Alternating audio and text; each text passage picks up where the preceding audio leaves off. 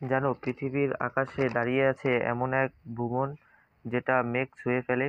হ্যাঁ, আমি বলছি পৃথিবীর সবচেয়ে উঁচু বিল্ডিং বুর্জ খলিফা সম্পর্কে।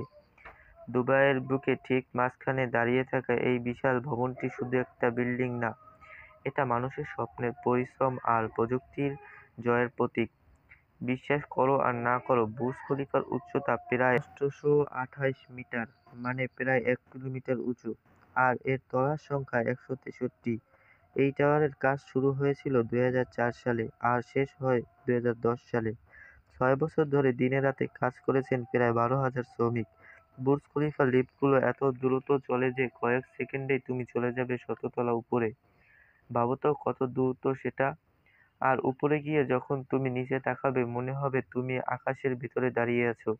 এই বিল্ডিং এর ডিজাইন অনুপ্রাণিত হয়েছিল মরুভূমিতে ফুটে থাকা এক ফুল দিয়ে, মানে প্রকৃতি থেকে নিয়েছে এর সৌন্দর্য। রাতে বুর্জ খলিফার আলো ঝলকে এক স্বপ্নের শহরের রূপ নেয়, যেন পুরো দুবাই শহরটাই আলোয় ভেসে যায়।